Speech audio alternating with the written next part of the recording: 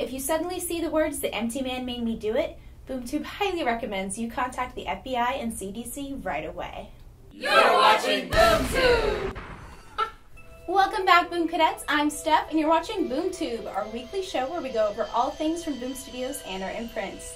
Here to help me out with June 11th's releases, we have Boom Studios' friendly neighborhood marketing manager, Caylo. Thank you, Steph. Thanks for that great intro. This week from Boom Studios, we've got a couple of great titles for you, including the debut of a new haunting crime procedural called The Empty Man. Plus, we have some music-packed, all-ages titles, and a new Peanuts original graphic novel where Snoopy goes to space! We also have some great event announcements for you, so stay tuned. Take it away, Steph.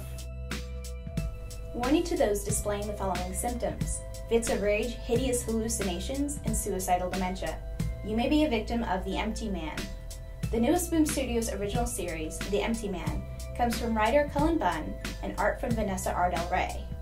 Our nightmares are often fueled by monsters, but what happens when something hits too close to home? Stories just realistic enough to make us think, could this be happening?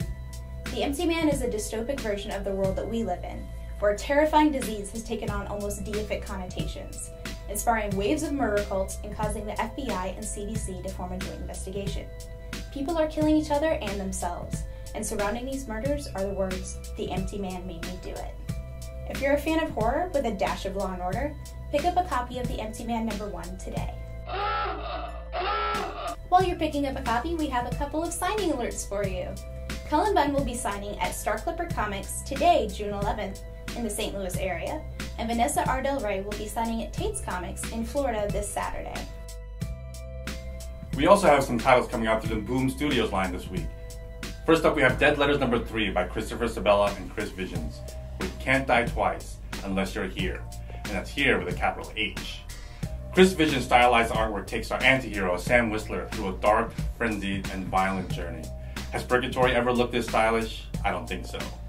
Then we have Sons of Anarchy #10, which continues the new story arc started in the last issue by Ed Brisson and Damien Cosero. Set between the seasons 3 and 4 of the TV show, this is where the club is still in jail and Gemma and Tara have to fend for themselves back in Charming. For you horror fans, we have the returning #4, the final of the series, by Jason Starr and Andrea Muti. In this conclusion, Beth Turner finds out why she came back to life and whether or not Marcus is friend or foe. We also have the Savage Brothers Deluxe edition out this week, featuring a new cover by artist Raphael Albuquerque. Before vampires, Raphael cut his teeth on zombies. Written by Joanna Stokes and Andrew Cosby of Eureka fame, this tells the story of two brothers who kill undead loved ones for hire. The full-size deluxe version is available now and through your local comic shop, along with all these other fine Boom Studios titles. Alright guys, so we've got a whole bunch of awesome all-ages comics coming your way this week. First off, if there's one sassy furball that deserves the spotlight, it's Impossibear.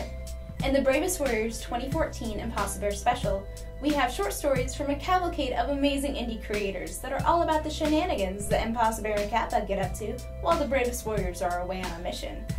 After that, it's Lumberjanes! I can't tell you guys enough how much I love Lumberjanes, which received its ongoing badge thanks to you guys, the most lumbertastic fans in the world. Last issue, the girls had fallen into a mysterious cave. It's going to take all of their Lumberjane knowledge to navigate the puzzles, traps, and riddles within. BT Dubs, have you noticed that in the back of each issue, there's a sweet mixtape created by each of the Lumberjanes for you to enjoy.